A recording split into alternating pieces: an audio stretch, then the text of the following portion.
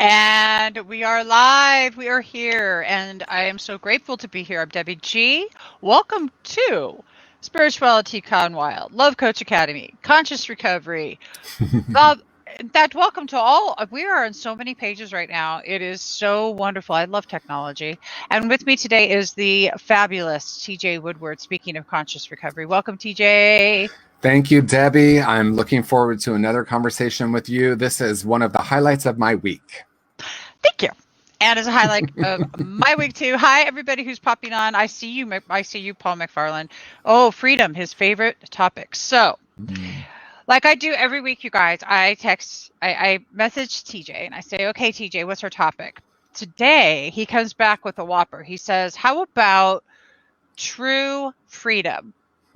So I love that this is our topic today. And hello to everybody popping on. True freedom. What does that mean to you? You go ahead and feel free to start typing away in the chat. And I'm going to hand this right on over to TJ. And let's break this little cookie right open. Yes, let's.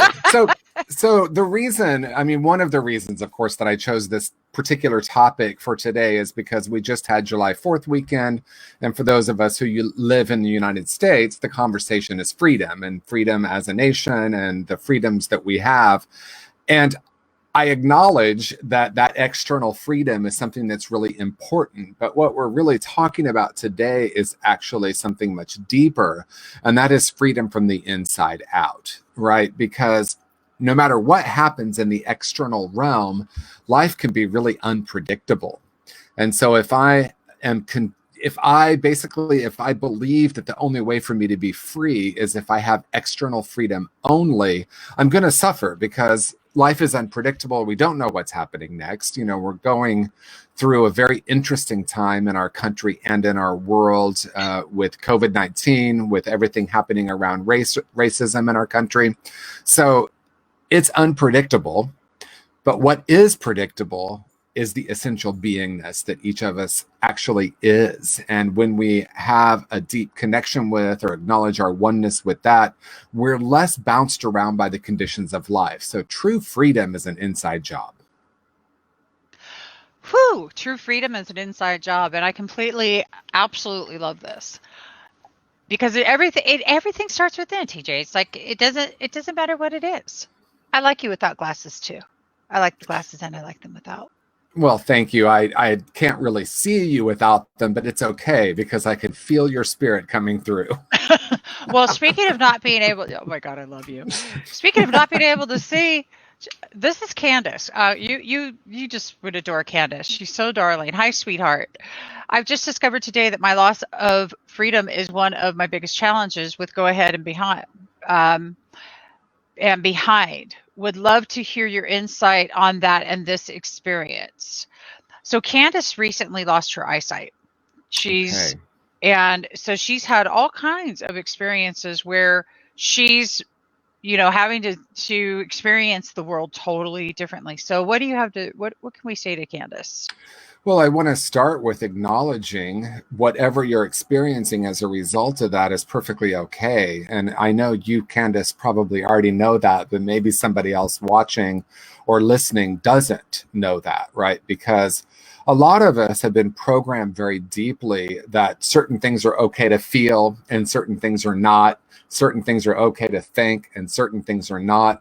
And when we go through such a life-defining moment, loss of a partner, loss of a job, a disease, loss of eyesight, something that's significant, I think the first step for me is to acknowledge it, to move toward it, and to allow ourselves to feel whatever's there. I think the number one thing that has helped me is I heard a brilliant person once say decades ago, the thing about grief and the thing about loss is whatever you're experiencing, it's perfectly okay. So starting with that and honoring the process, and I don't know what you've experienced, Candace, as a result of this happening in your life, but I'm going to guess that there have been different stages, right? One of the stages, of course, is turning to gratitude and looking for all the wonderful things that can come from it. But we don't necessarily want to, one, bypass all the other pieces and jump right to that. And we certainly don't want to say to someone, well, I'm sure there's a silver lining in this, right? Nothing could be truer and less useful, because it's really about honoring the experience.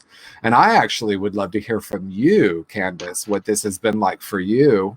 If you're willing to type in a little bit of your experience, because I think it's profound when we can have compassion for someone else's experience, acknowledge I haven't experienced that, so I'm curious what that's been like for you. I have experienced loss. I've experienced a lot of traumatic events in my life, and it is true that in the end, there was something really beautiful that emerged from it. But that's not to dismiss the pain that it was when I was in the middle of it. Yeah, I love this. And what I've just did is I know Candace. She's also part of Love Coach Academy. So I just sent her the link. So Candace, feel free to join us and we can talk to TJ directly. Oh, So wonderful. it's in your messages, Candace. Just come on and we can. And actually, I love that Candace would come on and talk to you. She's also follows you with Conscious Recovery, and I know that she was interested in going to your meetings as well. Oh, wonderful. Take a look at what she's responded so far as having to be fully reliant on others or technologies, losing privacy, my capacity to do things on my own have really challenged my sense of freedom. Yeah, absolutely. And so I'm supposed to be over handle this better. It's hard not to judge myself as to how I've been navigating this. Mm-hmm. Yeah. So I think, what you're saying, Candace, is so powerful, because I know for myself that I have a narrative that's in my mind. Sometimes I'm not even aware of the narrative. And quite frankly, sometimes it's not even my narrative. I'm like, oh my gosh, there's mom talking, right? Or, oh my gosh, Right, yeah. There's grandpa talking, right? Yes, so we totally. take on these voices. And one of the primary voices, I think, of people in our culture now is some version of, we should be better at this. We should be better at getting through this. Some of us might say, I should be more spiritual than this. And so what I've come to recognize is that it's not about getting rid of those voices. It's about having a place of reverence for them. So let me explain what I mean by reverence, because so much in our culture is telling us we need to get rid of the negative voices. You hear people saying, crush it, knock down those walls, those barriers. I really like to be really gentle with myself. And I start by having reverence for those voices, those voices that tell me I should be in a different place. I should be more successful. I should be more open, all those shoulds. And, we've all heard this by now. We're not going to should on ourselves, but Please it's really no shoulding on ourselves. But it's really, I think it's about having compassion and then starting to question those and honor that whatever it takes you to get through this is perfectly okay. It's beautiful that you're reaching out and letting us know what's happening. And I really honor the idea and the experience that you're having of loss of privacy and asking people for help. That's, for me, I'll just be really transparent with you, Candace. That's a challenge for me. I'm a very, very independent person, and there's a light and a shadow to that. And I don't know if you relate to that, Candace, but I like to do everything myself. And so asking for help has been a learning curve for me. And that's some place where there's some old tape there. There's some old belief from childhood that tells me that I should be able to handle it on my own. Yep, I completely resonate with that. Asking someone for help, that was a big one for me too. I remember, gosh, this is a while back, but when I had my hysterectomy, which has now been 2003, so it's been a while, I almost died. And I could not take care of myself. So I had no food or water by mouth. I was in ICU for 4 weeks. And when I got out, I had to be helped. I had to have help to do everything. Mm-hmm. It's so odd when you have to give up all of your everything. You have to rely on another human being for every little thing, including even eating, because otherwise I wasn't going to eat. Being spoon fed. I mean, um, I remember going through that, and now I look back, and as you were saying that, it's like, so that's the reason Hmm. I didn't want to give up. So we get put in these positions to have to relinquish the control of wanting to handle everything ourselves, and really having to step into a different space with accepting help. So Candace, if you want to continue, honey, why don't you pop on? I sent you the link because that's a lot to read. So you can come on and we'll just have a conversation. Okay. She's kind of getting into her story, but if she Yeah. comes on, then it'll be easier to go into that story. It's too difficult to do it. So, but yeah, so freedom comes from within. It's an inside job, just like everything else is an inside job. Right now, a lot of people are feeling a rattle with freedom because they have to wear a mask or they've got to do this. We're being told what to do. If you're like a rebel, like I am, the only difference is we're rebels with a cause. We get our little selves, our panties in a ruffle, when we get told what to do. Mhm. I don't know about you, but I do. Anybody, if you like had any felt like this, just this opposition to having to do something that you're being told you have to do right now. Yeah, and you know what's interesting is there's some of us have been around certain, support groups or organizations, if you will, where there's a focus on looking at like defects of character. There's something wrong with us. And I Mm-hmm. like to look at them as superpowers, right? These are all superpowers. Rebellion is a superpower when I don't have the volume turned up super high. When I have the volume turned up super high, it becomes something that's detrimental to myself and to the people around me. But when Mm-hmm. I'm able to say, because rebellion in balance is I do question authority. I do question what I'm hearing on the news right now. I don't believe everything that the media is telling us. Do I wear a mask? Yes. Do I believe that that's the one and only answer that's going to save everyone? No, I absolutely do not. And I said this the last time, Debbie, it's not a conspiracy theory to say that the major news networks are owned by corporations and the way they Right. get their funding is by ratings, right? And so that's not good or bad. It's just what it is, right? And so fear and the pandemic of fear, we know that when we go into a tightening, a fight, flight, freeze response, it actually takes our immune system. It really pretty much destroys it. So that to me is even more important. Like, am I buying into the hysteria around this? Am I thinking that I'm unsafe? Am I notice what's happening in my body? Am I tight? Am I shut down?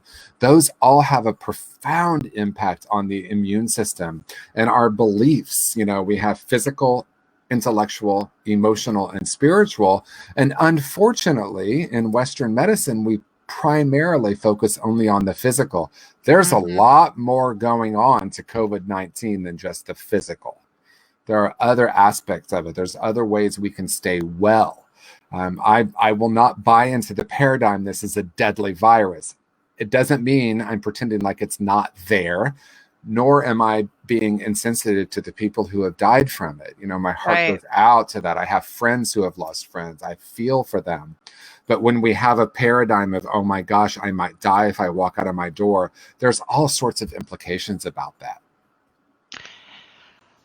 Uh, That's I completely agree with you 100%. We could really, I would love to be able to have just a whole conversation and say what I really think, but then we get shadow banned and then we can't they don't share us as much. Well, and for anyone watching right now, if you go back to last week's show, Debbie and I talked about cancel culture, right? So if you have a different point of view, we're getting canceled these days, right? They're even taking things down from YouTube that aren't, Yes. I mean, this is going to be a funny example, but early on when COVID-19 happened, I said, I don't know what causes COVID-19, but this is the cure. And there was a picture of the band, The Cure, and Facebook blocked it because No I was, shit.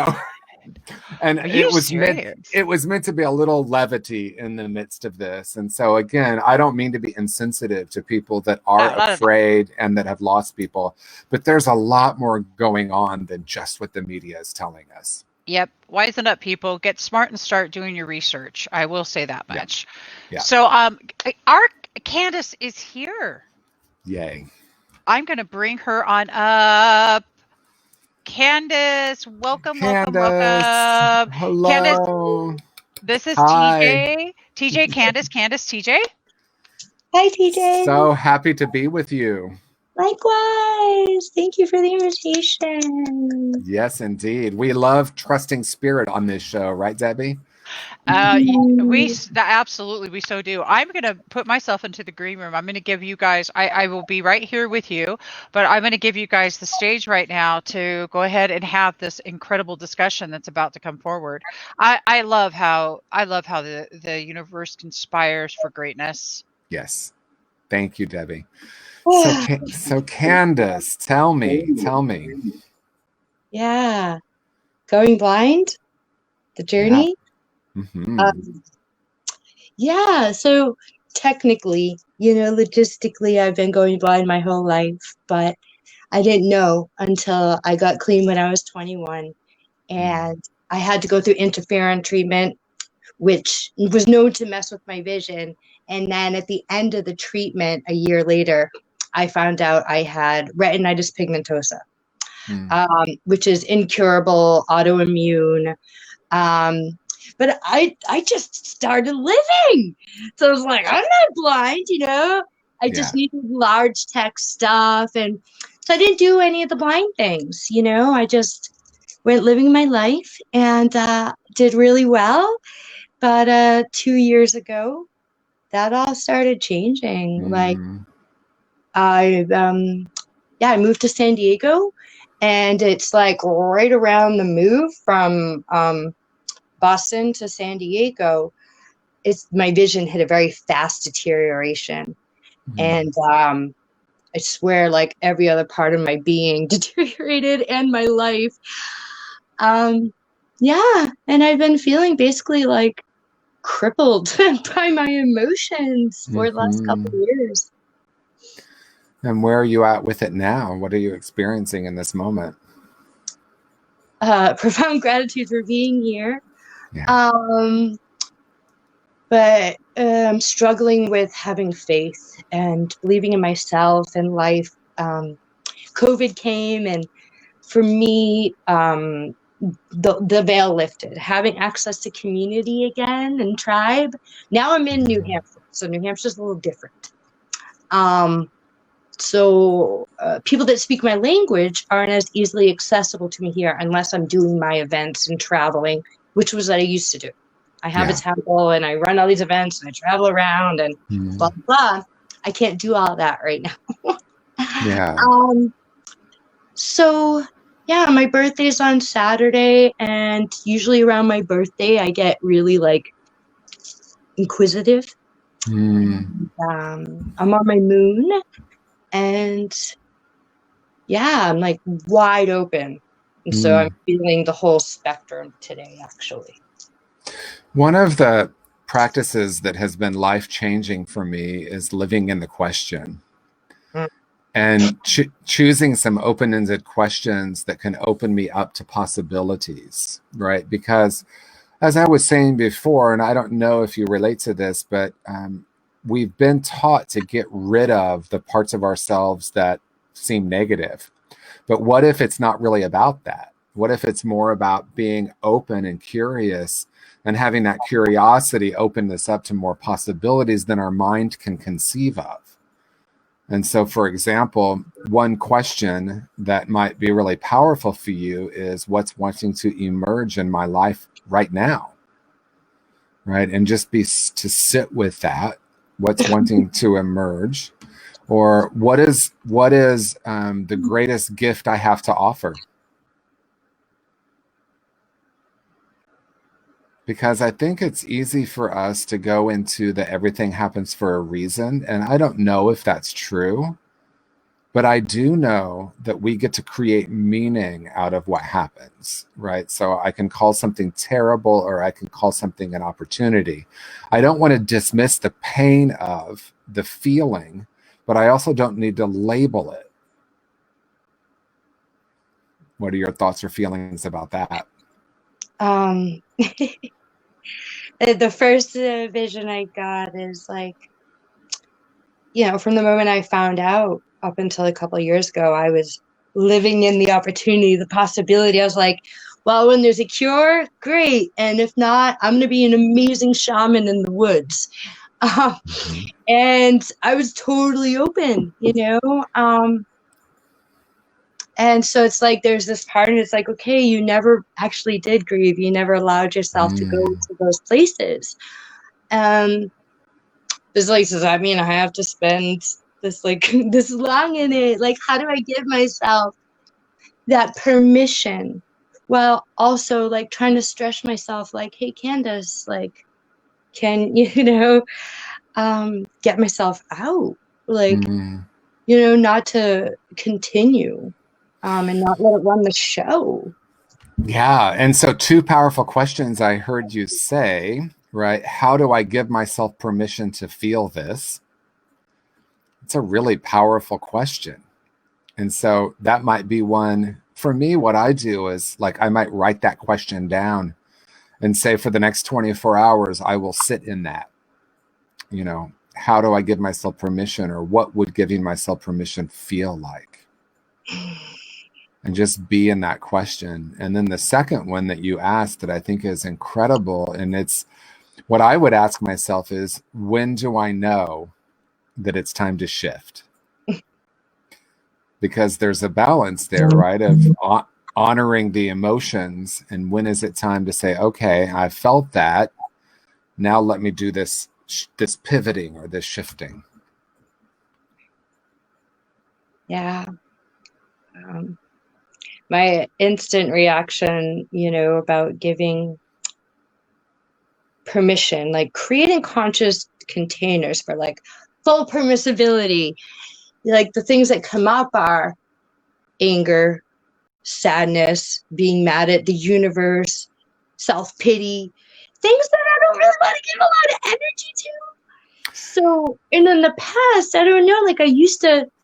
But yeah, I'm really struggling. I've noticed that anytime I go to put the pen to paper, or like today, I tried making 2 videos and just like being really dark and letting it all out. And I'm like, I can't do it. Would you be willing to do a short process with me? Yeah. So can we choose anger? It's the first one you said. Yeah, but that makes me mad at you. Okay, perfect. So just for a moment, we're going to talk to the anger. And this is a very, very simple 4-step process that recently emerged for me. And it might be counterintuitive. So the first step is gratitude. Thank you, anger. So if you'd be willing to say that with me, thank you, anger. Thank you, anger. I know you're trying to help me right now. I know you're trying to help me right now. You have been a great friend to me throughout my life. Okay, look. You have been a great friend to me throughout my life. And there have been times you have helped protect me. And there have been times you have helped protect me. Okay, so just sitting in the frequency of gratitude with the anger for a moment. And then the second one is a question for you. In what ways has anger served you? And I mean that genuinely. If you can get in touch with all the ways anger has served you. There's a couple of people I punched in the face that I'm really proud of myself for a long time. Okay. How else has anger served you?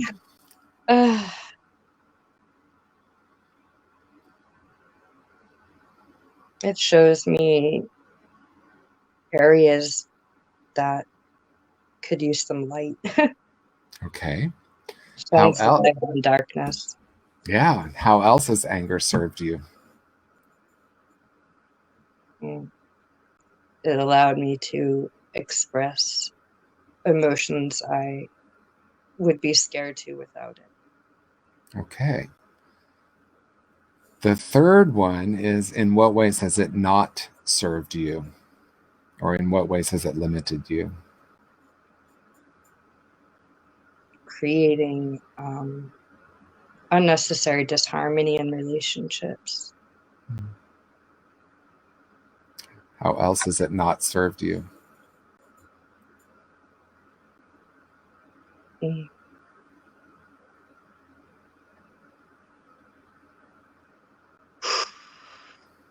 Creating a disconnect from God, universe. Okay. Anything else you want to share about how has it not served you? Mm.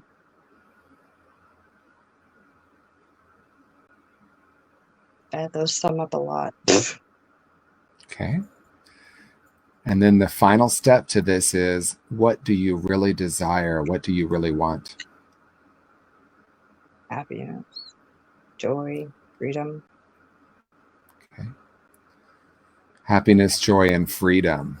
And see if you can feel into the frequency of happiness, joy, and freedom.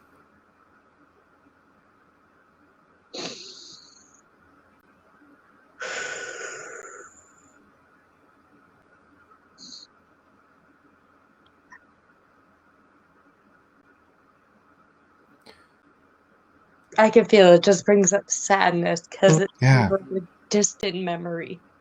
Yeah. So it's okay to be sad. The sadness is very healing. The tears are very healing. So thank you, sadness. See, we can do the same process. Thank you, sadness. Thank you, sadness. Yeah. Now, the final piece to this, Candace, is, can you acknowledge that happiness and freedom are within you? Yes. Can you feel where in your body those are living at this moment? My heart, my head. Yeah, so maybe just put one hand on your heart for a moment and just feel the happiness and the freedom that you are. And so what if it's not a destination, but it's already present?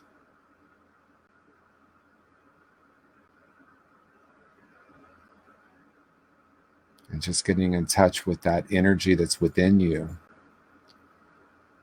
And then just spending time in the silence, feeling into that and acknowledging that it's already within you. And what are you noticing now? Anger. Okay. It's just it. Yeah, I can acknowledge it's within me, and I can even reference point it to moments of my recent days in life, but there's just a lot of sadness because it's not consistent. Yeah. And so you are, of course, your own best teacher, as we all are. What is wanted right in this moment for you? What do you think you need in this moment?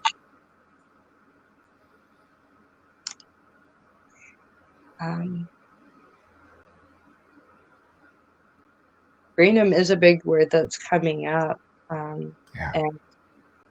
but more in reference to freedom from the pressure I put on myself to be somewhere I'm not. Yeah. Yeah. Thank you for your vulnerability. I know that has been a powerful thing for someone watching, because anytime any of us not only tell the truth, but demonstrate it in such a beautiful way as you did, Candace, we're helping other people. And if anger comes up from that, then we just start the process again. Thank you, anger. Welcome back, Debbie. Thank you. I've been enjoying this so much. Yeah. So because what I was hearing is like how that we walk through our process from fear to courage. Yeah.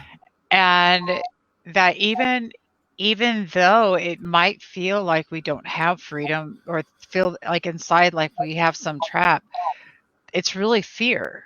There's some peace there. It's the fear that holds us down. So when we start shifting where we're at with it, it's like we can walk through that. Courage, though. Courage to just be who you are. And Candace, you displayed that radically, awesomely. I love that. You know, Candace has this great show that we do on Fridays called Fun and Frolicking Fridays. And she brings, being the youngest, I think, of all of our love coaches, brings the fun and the laughter and the joy. But one thing I also know about Candace is that she's very sensitive and that she shows up more authentically than most people do. So I'm really grateful you're here, Candace. And, you know, I think it'd be really great for you. Have you been able to check out TJ's Friday night meetings yet? Thursday. No, Thursday. Yeah, I missed it last Thursday, but I should be able to do it this Thursday. Yeah, Thursdays at 7. We'd love to see you. Yeah, that's at 10 o'clock my time, so that's a tough one. Right. Yeah, so I have to do push-ups for that one. And let's chat after, because I'll send you a conscious recovery workbook, and it's an online experience as well that you can do online that's purely audible. So that would be another thing for you. Yeah. Oh, yeah. Things that are audible would be really great. And also, Debbie, I didn't even think to announce this, but the Conscious Recovery audiobook came out on, I think, Friday. So You're it's joking. out. It's in my own voice. Do you know I recorded it a year ago? And because of COVID-19, it took them, 20 weeks to get it up or something. So I'm super grateful. It just came out. It just came out on Friday. So you can find that on Audible as well. So you go to Audible and you go for Conscious Recovery. Oh, I'm Yes. going to go. I want this on Audible. I'm going to go to Audible. I'm making myself a note. Anybody else making themselves a note? So you go to Audible and then you look up TJ Woodward and Yes. it's Conscious Recovery. Conscious Recovery. You look it up. Okay. You can also go to tjwoodward.com and then there's also your programs that are through wholehearted.org that I wanted to talk about too. Yeah. There's a fully immersive online experience that is Conscious Recovery on wholehearted.org, and also a clinical training for any professional working with anyone who might be going through an addiction, especially people, who have a private practice, a healing practice, a therapy practice, counseling, and maybe you don't have the experience of helping someone with an addiction. So Conscious Recovery, the training for professionals, can really help. And you get 10 CEs for taking that particular course. Yeah, personally, that's like how rad is that? Smart. Go to wholehearted.org, you guys, and you get continuing education credit. Go do that. I mean, seriously, I don't know. I think it's one of the most incredible books I've ever read, and I mean, it really is. There is just no words for it. If anybody is listening, you're very welcome. Anybody who's actually, if you're watching right now and you're thinking, I really should. I needed something new to read. Now you can listen to it, so you can do either or. And Audible, a lot of the times, if you don't have it, just so y'all know, you could get it for free. Because if you go to Audible and you've never had Audible before, they'll give you a free trial with 2 credits, and then you can get it that way, and it wouldn't cost you a dime. That's true. No excuses. We're in the no excuses land. Anyway, I love you so much, TJ. Thank you so much for coming on again and sharing this incredible light. Candace, thank you, as always. I love you, sweetheart. I'm going to bring you down into the green room. Yeah. So, all right. So much. Hey, but hang tight because TJ wants to talk to you when we're done, okay? So, TJ, what an amazing time. What do you have coming up so that people can see you live? How can we get more TJ? That's a good question. You know, Jeremy Miller and I have been doing a weekly series online on Facebook Live, Conscious Conversations. Tomorrow we're interviewing, or Jeremy's interviewing me and Roland Williams. He's a pioneer in the addiction treatment field. He's amazing. That'll be a fun conversation. So you can go to the Conscious Recovery Facebook page. We also have Conscious Recovery podcast. So there's a lot going on. I love being in these kind of conversations and these experiences.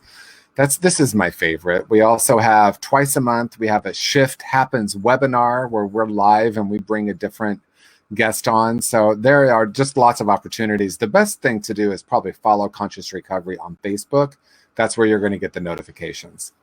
Okay, you guys, so go to Conscious Recovery on Facebook, follow that, and get all the notifications. And for those of you that are watching this on Conscious Recovery, know that he does have a meeting. Your meeting is on Thursday nights. So if anybody is needing a meeting, then the Conscious Recovery meeting would be the one to go to. If you know anybody out there who is like needing somebody to talk to, needing a meeting, this is the place to come. Conscious Recovery. Yep, and that's all on the Facebook page as well. That's an event each week on Thursday evenings at 7 Pacific time. Because TJ is just the awesomest like that. And I would like to give a huge shout out to my son Christopher. Today is 1 year of his sobriety, TJ. That was a year ago? Right. I can't even get over that, right? Oh my gosh, that's amazing to me. That's the greatest gift I could have ever received today, hearing that news. That is incredible. I'm grateful, and I'm very grateful to you. Wow. So you guys, a year ago, for those who are watching, my son decided to take the step to become sober. He was using heroin. And so it just so happened that Josie had an outpatient treatment. So he went outpatient. And then you were doing a live with Scott Katamas. And I was there, and Christopher was there and decided to come on live and share with the whole world. What I could tell you guys is that so Christopher met TJ. TJ sent him the book. The next day, like, he stayed up half the night reading the book. And then he got up the next day and he's like, oh my God, that's it. I get it. Like, he had this aha moment of, oh my God, I get it. And it was... So today has been a year since that happened. Wow. Since this, oh my God, I get it. That is amazing. Thank you for sharing that. That's beautiful. You're very, very welcome. And thank you for sharing your gift with this world, because of people like you, TJ. My son is alive and he's successful in his sobriety. And that's a big deal. And for those of you out there that have felt like you haven't been successful in your sobriety, and what I would highly encourage you to do is seriously get over to TJ Woodward's website, get a hold of the Conscious Recovery, go to Audible, get the book, and stop beating yourselves up about it, because it's not not about that. It's so not. So TJ, with all my heart, I love you so very much, and thank you for being in my life and in Christopher's life and our whole family. Thank you, Debbie, and thank you everyone for watching. I love these conversations. We never know what's going to show up. So, huge shout out to Candace for coming on as well. And thank you everyone who watches us most every Monday. Yep. Love you guys. So have a wonderful, beautiful rest of your week.